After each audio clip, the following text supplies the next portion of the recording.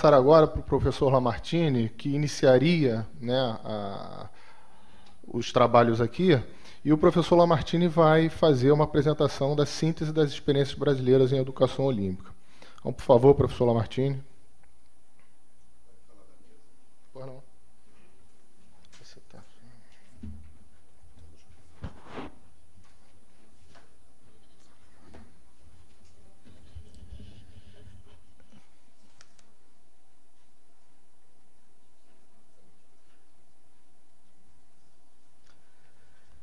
Bom, boa tarde a todos. Desculpe o atraso. Está um grande engarrafamento aqui na área sul do Rio de Janeiro. Não sei se vocês ouviram falar nisso. E gente vindo do aeroporto para cá. Eu recebi vários telefonemas. Mas tudo bem, a gente vai se ajeitando aí conforme as coisas vão caminhando. Bom, o nosso papel aqui é fazer uma introdução ao tema, explicar o que é que se trata. Felizmente tivemos que fazer terminaria com a Ana Flávia, mas botamos de ponta cabeça a coisa, então vamos começar tudo de novo. A introdução, eu queria começar pela Universidade Federal de Sergipe. Cerca de umas 3 semanas atrás, nós estivemos lá. Houve um ponto de partida, um seminário de um novo grupo de estudos olímpicos nessa universidade, e que é uma iniciativa muito interessante num grupo dentro de uma universidade que nunca tinha ouvido falar desse assunto. E houve um debate, e esse debate eu acho que pode servir a nós como uma referência inicial. Foram apresentadas mais ou menos o programa que está aqui, os valores. Os alunos eram de educação física, como as outras faculdades que estavam lá, então o interesse deles maior era justamente nos valores e no sentido educacional dos estudos olímpicos. E, durante os debates, uma aluna se levantou e fez a seguinte pergunta: como é que ficam os educadores, e todo mundo, você está falando aqui sobre valores, diante dos excessos dos Jogos Olímpicos, que chegou a um porte gigantesco, é um fator muito mais econômico, mais de mercado, do que propriamente educação. Como é que fica a educação nessa situação? Será que você tem alguma resposta? Então, a resposta que eu dei lá, eu vou dar agora também ao início da nossa conversa, e com as homenagens desse grupo de estudos que nós vamos ver aqui, que isso tem tido um certo sucesso no Brasil. A resposta é o seguinte: é verdade, ela não exagerou. Hoje, quando se fala em Jogos Olímpicos, nós estamos falando de um fato econômico, basicamente. Isso muda um país inteiro. Eu acabei de sair de uma reunião agora com estrangeiros, está cheio de estrangeiros que vêm ao Rio de Janeiro procurando contatos para iniciar negócios. Hoje em dia, Jogos Olímpicos é um negócio. E é interessante que o Comitê Olímpico Internacional não nega isso, não. Ele não nega. Ele é um exemplo, ele é uma estrutura de negócios. Estamos conversados. Mas o que é que acontece? A atitude pode ser crítica, como ela foi, mas pode ser mais ponderada, como eu proponho, e é a posição que eu estou assumindo nesse momento. Se é econômico e traz vantagens para a sociedade, tudo bem, é um problema de gestão, como diz Adil Hatzak, que é muito antigo na área de estudos olímpicos, é um problema de gestão. Pode se dar lucro, tudo bem, mas pode dar prejuízo quando é mal gerido. Então, tudo bem, pode haver corrupção, como nós vimos com as denúncias que houve no PAN, etc. Agora, isso não tem nada a ver com o impacto educacional, social desse mega evento. Absolutamente nada. O fato dele ser impactante até ajuda a nós desenvolvermos certos problemas que nós temos na sociedade que podem perfeitamente pode incorporar aquele desenvolvimento que o mega evento traz.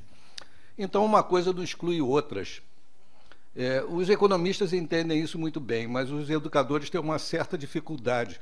Quando um educador vê muita ênfase, ele faz educação e ele vê ênfase em outras coisas próximas, ele reclama. Os economistas dizem que isso não existe.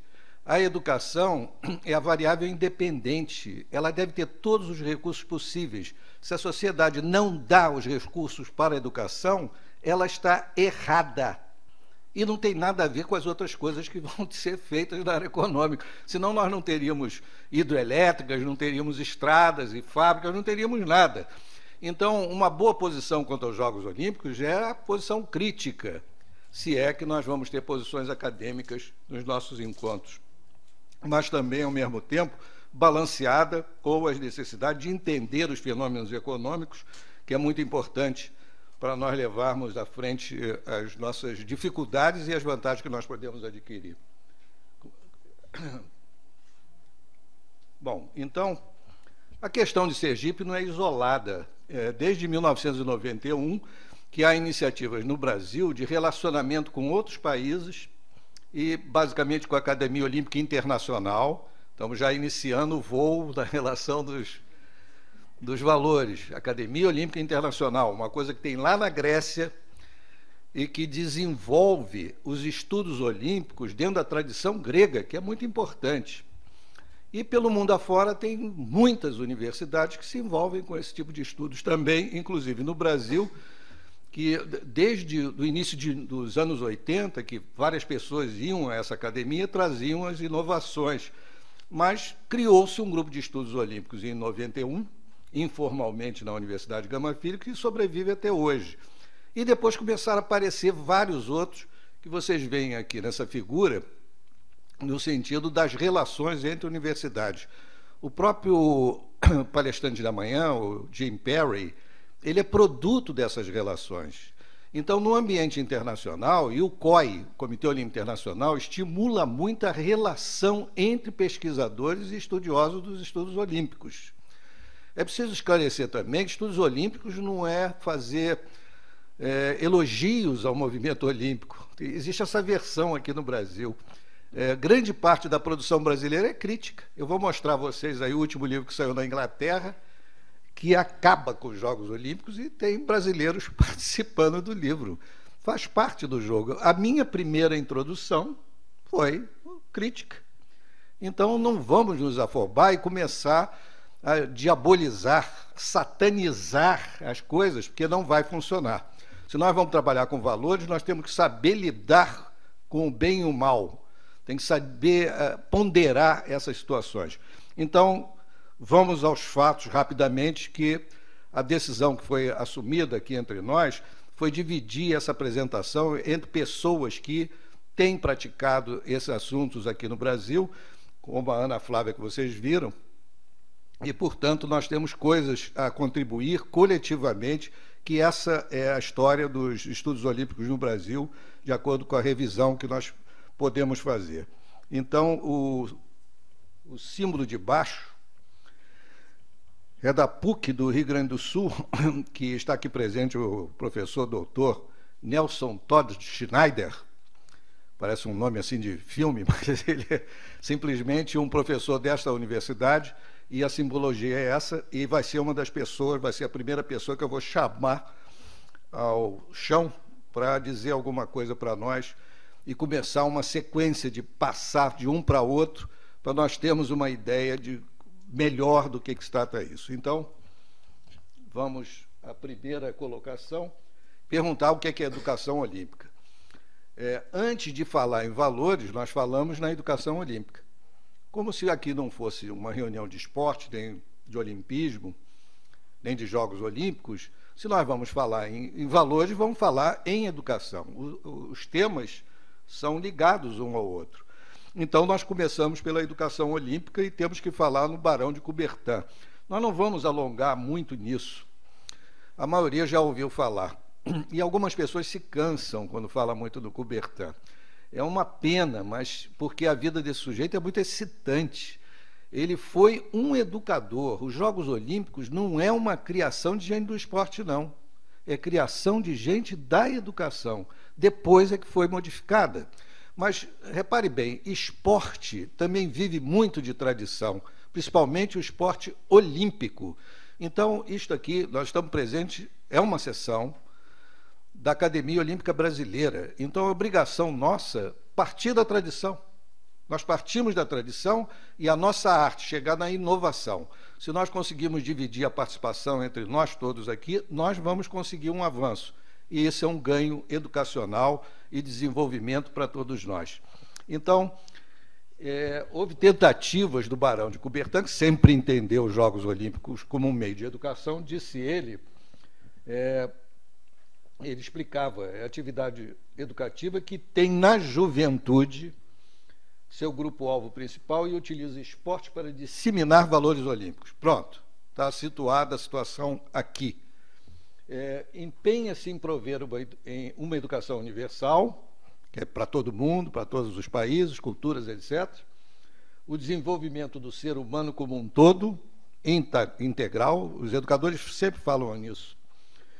Em contraste com a educação cada vez mais especializada, encontradas em muitas disciplinas especializadas. Logo, somente pode ser baseado nos valores fundamentais da personalidade humana. Isso tem um autor, Norbert Miller, que é um dos que organiza o pensamento do Barão de Coubertin, ele teve uma produção muito grande.